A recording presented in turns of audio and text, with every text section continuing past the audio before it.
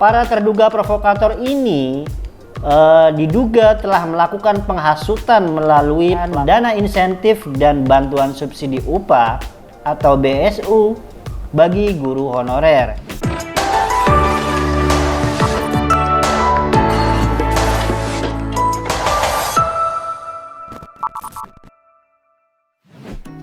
Hai Sobat Negeriku, akhirnya kita kembali lagi di reactionjapan.com.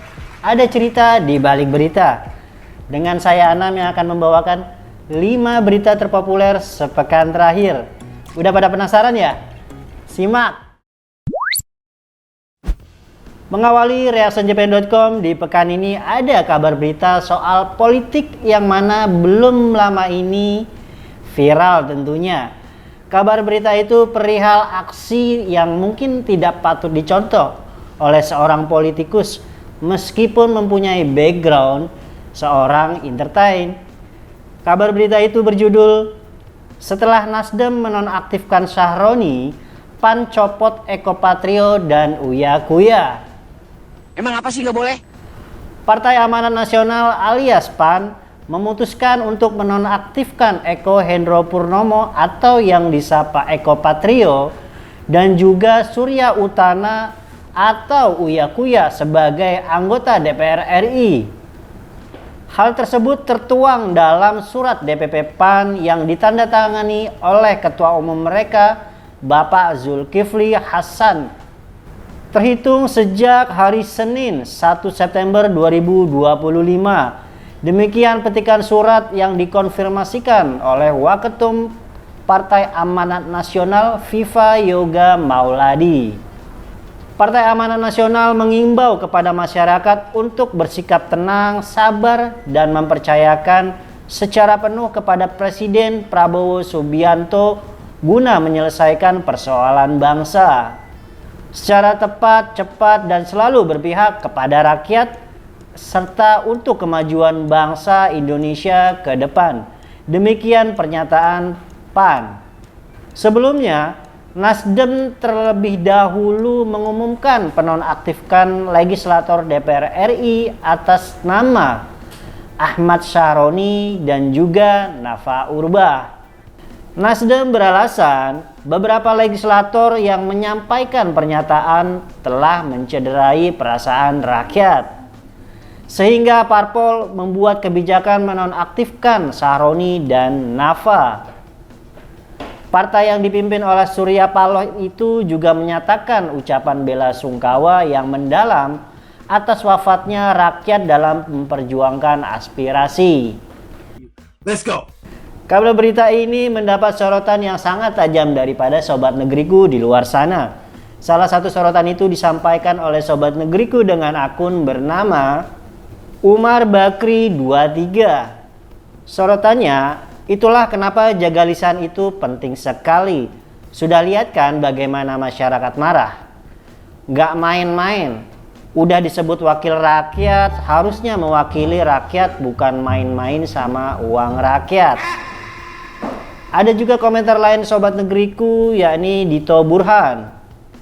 Pengen tanya sama orang-orang, kenapa milih artis-artis yang otak kosong untuk jadi wakil rakyat? Sudah tahu mereka itu jadi anggota DPR karena nggak laku lagi di entertain, bukan karena membela misi masyarakat. Apa yang dikatakan oleh Umar Bakri ini benar adanya, yang mana seorang wakil rakyat harus benar-benar mewakili rakyat. Jangan hanya mengatasnamakan wakil rakyat dan nyatanya kebalikannya. Di posisi keempat reactionjapan.com masih ada kabar berita soal aksi demo yang belum lama ini dilakukan oleh aliansi masyarakat dan juga masyarakat tentunya. Kabar berita itu berjudul "Peran 6 tersangka provokator kerusuhan di Jakarta. Ada koordinator bom Molotov." Macam tak betul je budak ni. Polda Metro Jaya menangkap sebanyak 6 orang yang diduga sebagai penghasut alias provokator. Kepala Bidang Humas Polda Metro Jaya, Kombes Pol Ade Ari menyebutkan inisial tersangka yakni berinisial DMR, MS, SH, KA, RAP, dan FL.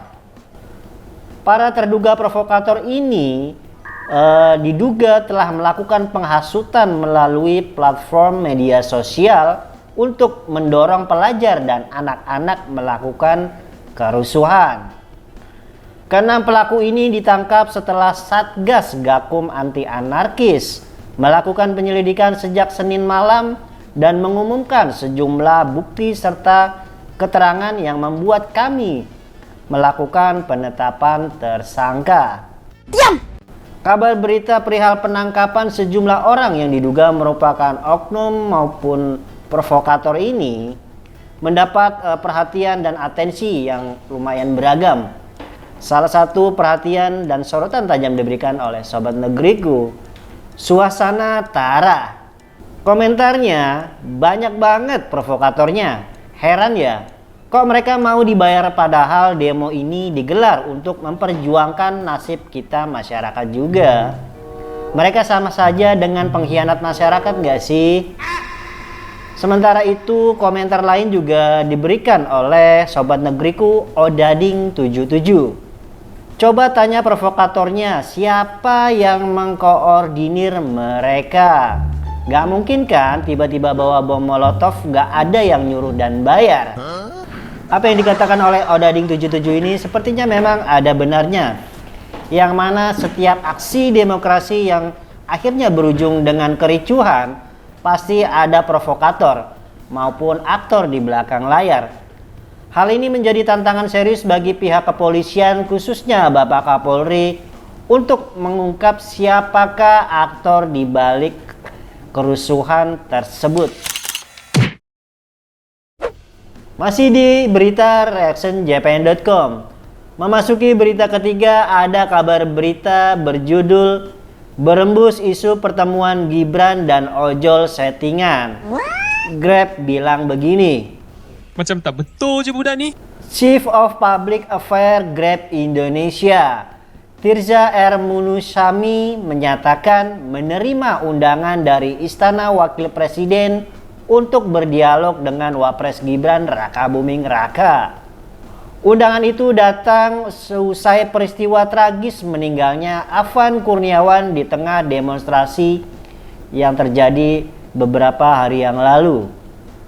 Antara Wapres dengan perwakilan mitra ojol dari semua aplikasi, memang ada 4 aplikator yang diundang untuk menyaring aspirasi, ujar Tirza. Tirza menjelaskan, dalam pertemuan itu, Gibran menginginkan gambaran langsung tentang kondisi pengemudi ojol di lapangan. Oleh karena itu, Grab Indonesia memilih mitra yang vokal dari Jakarta Pusat agar suara mereka bisa didengar oleh orang nomor 2 di Indonesia tersebut. Jadi, kami memang mencari mitra pengemudi di daerah Jakarta Pusat dan itu syukurnya bisa terjadi ya kemarin acara itu. Tidak ada kualifikasi yang khusus, kriteria begitu dari kantor Wapres seperti itu. Tetapi dari kami mencoba mencari yang memang aktif supaya juga bisa mewakili Grab. Jelas Tirza. Let's go. Kabar berita pertemuan antara pihak ojol, mitra ojol dan juga kabar berita yang dianggap ini merupakan settingan mendapat tanggapan dari Sobat Negeriku. Salah satu tanggapan itu disampaikan oleh GG Gaga. Lah bapaknya Gibran aja bisa bikin reunian UGM abal-abal. Apalagi sekedar memanggil orang untuk jadi driver Gojek. Mudah bukan? Kalaupun benar itu abang Gojek, tetap aja nggak ada yang percaya sama Gibran sekeluarga. Ada juga komentar tajam yang disampaikan oleh Cici Pradasari. Bagus banget public speaking Gojeknya. Apa memang sudah latihan atau memang kuliahnya di public relation? Gibran sama kayak bapak kau. Sukanya pencitraan tapi nggak bisa kerja. Semoga pertemuan antara mitra ojol dengan pihak Istana, yakni wakil presiden kita Gibran Raka Buming Raka, benar-benar bisa menyerap apa yang menjadi aspirasi para rekan-rekan ojol di lapangan Dan semoga ini menjadi sebuah evaluasi bagi pihak pemerintah untuk memberikan perhatian yang lebih baik kepada masyarakat tentunya. Masih di reactionjpn.com, memasuki berita kedua, ada berita berjudul demi jaga stabilitas politik dan publik, Prabowo harus copot orangnya Jokowi di kabinet. Presiden Prabowo Subianto perlu membuat langkah strategis guna menyikapi gelombang demonstrasi yang terjadi sejak 25 Agustus 2025. Hal itu diungkapkan Direktur Eksekutif Voxpol Center, Pangi Syarwi Caniago. Demi menjaga stabilitas politik dan keutuhan negara, langkah tegas, berani, dan terukur harus segera diambil, ujar Pangi. Pertama, Pangi mengatakan Prabowo perlu menghentikan pola mengasuh menteri era Presiden ke-7, yaitu eranya Bapak Jokowi. Sudah waktunya Presiden Prabowo menghentikan pola mengasuh orang-orang warisan Jokowi, ujarnya. Pangi juga menyebutkan Prabowo perlu tegas ke menteri yang terus membuat polemik dan tidak menunjukkan keberpihakannya kepada rakyat. Kabinet yang berisi figur lemah hanya akan menjadi beban, bukan motor penggerak visi besar seorang presiden. Kedua, Prabowo perlu menghentikan semua kebijakan yang menyusahkan rakyat. Kabar berita perihal Bapak Prabowo yang diminta mencopot orang-orang bekas menteri-menteri daripada Jokowi yang hingga kini masih menjabat ini mendapat juga sorotan yang tajam daripada Sobat Negeriku. Salah satunya disampaikan oleh Sobat Negeriku Samirono Putro, copot orangnya Jokowi, Gibran dong, hahaha. Ya udah copot aja, wong nggak ada gunanya juga di pemerintahan. Komentar yang tak mau ketinggalan juga disampaikan oleh Hindrayana 00. Komentarnya, mulai dari copot Gibran aja dulu, abis itu disusul sama yang lain. Kami rakyat ikhlas kok. Sepertinya komentar-komentar ini harus menjadi evaluasi daripada Bapak Prabowo. Jika memang ada menteri yang dinilai terlalu kebijakannya bercanda, tebas saja Pak. Akhirnya sampai juga kita di berita paling terpopuler di reactionjpn.com. Beritanya berjudul tunjangan anggota DPR bakal dialihkan ke insentif honorer dan PIP TK. Mendikdasmen sebut angkanya. Tunjangan anggota DPR RI bakal dialihkan ke insentif honorer dan PIP TK.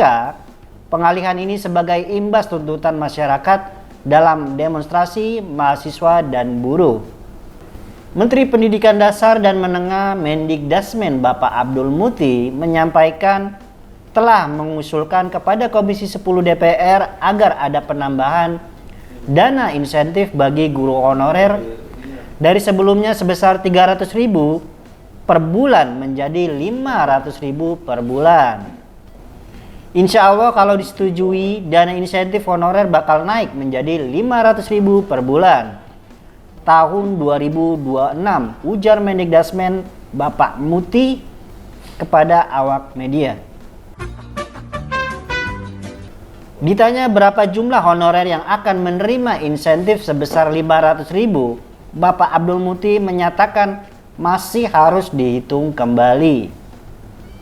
Bapak Muti mengatakan bahwa tahun ini pemerintah sudah menyalurkan dana insentif dan bantuan subsidi upah atau BSU bagi guru honorer. Dana yang ditransfer langsung ke rekening masing-masing guru itu tujuannya meningkatkan kesejahteraan para guru. Pemerintah memberikan insentif sebesar 300.000 per bulan selama 7 bulan dan ditransfer sekaligus. Jadi, masing-masing guru honorer menerima 2,1 juta rupiah, terang Mendikdasmen Muti. Oh my God! Wow! Kabar berita perihal tunjangan anggota DPR yang bakal dialihkan ke insentif guru honorer dan PIP TK ini mendapat komentar yang beragam daripada Sobat Negeriku. Tanggapan dan sorotan disampaikan oleh Sobat Negeriku, salah satunya oleh akun bernama Asfarid. Tolong transparan, berapa banyak honorer yang akan terima dana itu? Diberikan berapa kali? Jangan dikira kami masyarakat percaya aja gitu. Sementara itu, Sobat Negeriku Bang Odo mengatakan kalau bisa 1 juta dong per orang. 500.000 mah kurang bos, biaya hidup sekarang sulit. Apa yang disampaikan oleh Asfarid ini benar, yang mana pihak kementerian, khususnya Kementerian Keuangan bersama Mendikdasmen, harus lebih transparan terkait pengalihan dana tunjangan DPR yang akan dialihkan ke guru honorer dan PIP TK. Itu dia 5 berita terpopuler di reactionjapan.com sepekan terakhir. Jangan lupa untuk kalian untuk tidak sungkan-sungkan memberikan komentar dan tanggapan kalian terkait berita-berita yang terjadi. Jangan lupa download aplikasi JPNN yang sudah bisa kalian dapatkan di Play Store maupun di App Store. Dan juga khusus untuk akun YouTube, subscribe dan nyalakan loncengnya biar kalian tidak ketinggalan berita-berita terbaru dari JPNN. Saya Anam dan rekan-rekan redaksi mengucapkan terima kasih. Sampai jumpa di reactionjapan.com pekan depan. Bye.